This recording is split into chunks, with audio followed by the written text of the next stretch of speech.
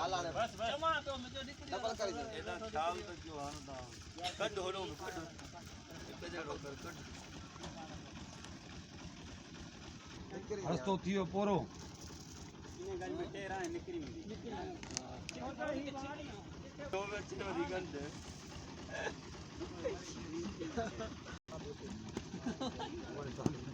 ओए गल तो ਇਹ ਨਿਕਲ ਗੰਢ हां जी पाड़ा कटो ਇਹਦਾ ਕਿੱਥੇ ਦਾ ਥੋੜਾ ਅੱਤੋ ਦਾ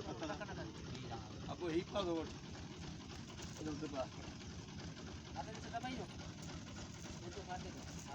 ਇੱਕ ਵਾਰ जोड़ू को ਬਾਅਦ में हथो जो ना ता नहीं पर जमींदार लगा बैठायो ठीक है कोई ते थी गल मतलब हां गोरा जो होने में ये कहानी तो कौन तो भेजा ठीक ठीक हालाली को आण को पता हां ये हेलो थोड़ा सा मने सटको नहीं जा सटको हाल कट गोगे के बाद हल्दा ये पूरो बेलचा खाना पूरा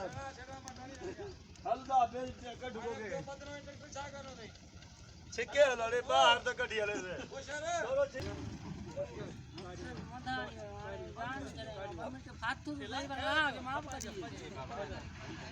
अरे खाया